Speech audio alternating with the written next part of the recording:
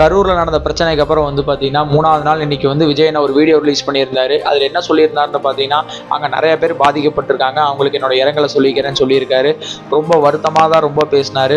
ஏன்னா வாழ்நாளில் இந்த மாதிரி ஒரு வழியை அவர் தாங்கினதே இல்லை அப்படிங்கிற மாதிரி சொல்லியிருந்தாரு.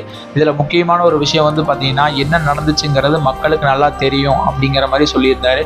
2வது வந்து பார்த்தீங்கன்னா, எந்த ஒரு பிரச்சனை வந்தாலும் சிஎம் சார் என்னுடைய தொண்டர்களை எதுவுமே செய்யாதுங்க, என்ன வேணால் ஃபேஸ் பண்ணுங்கள், என்ன வேணால் பழி வாங்குங்க, ஆனால் என் தொண்டர்களுக்கு ஒன்றுமே ஆகக்கூடாது அப்படிங்கிற மாதிரி விஜய் நான் பேசியிருந்தார்.